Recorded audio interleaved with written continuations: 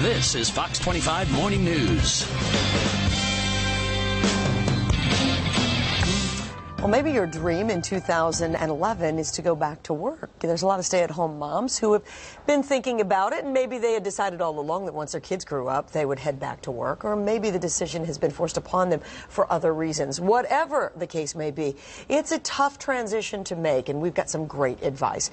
Joining me this morning is Carol Fishman-Cohen. She is the co-author of Back on the Career Track, a guide for stay-at-home moms who want to return to work, and she's also the co-founder of Relaunch.com. Great to see you this morning. We're glad you could be with us. Thanks for having me. We were both saying the recession is prompting a lot of women, whether they want to or not, maybe having to go back out there in the workplace. That's absolutely true. We've really seen an increase over the last couple of years of moms who are returning to work because maybe their husbands are out of work now. Sure, absolutely. And just the cost of life in general, right? We start to see the costs of college education, and it's all gone up so much since maybe mom decided to stay home, 17 years ago. So there's a lot of reasons. But that's not such an easy thing to do when you've been out of the workplace a while. That's right. It's very challenging, and there are a number of steps that people can take in order to help the process Sure. Make it just a little bit easier and successful, more importantly, right? So let's take a look at some of those. Do a career assessment. Yes, we think the most important step is to figure out if your interests and skills have changed or have not changed during the time that you've been on career break. And the longer you've been out, the more important this is. But then how do you do it? Right. So in Back on the Career Track, we have a job building blocks framework, which takes you through the process. At iRelaunch, we have career coaching circles focused on career assessment. We have some great local programs here in Boston.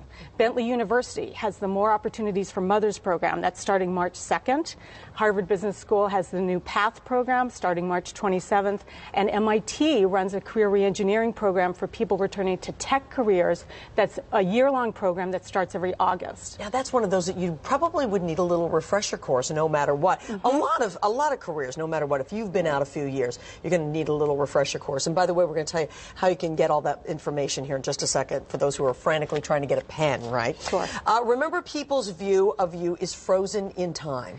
So what we mean by this is it's well written about that moms who are home tend to lose their confidence over time, especially in regard to their careers.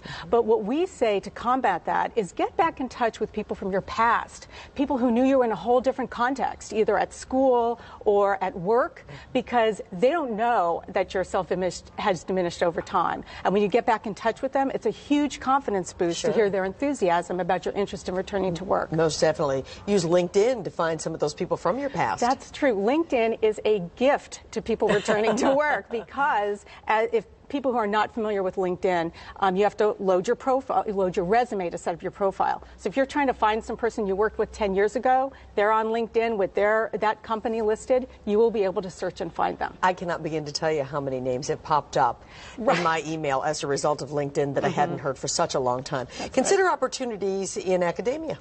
Right.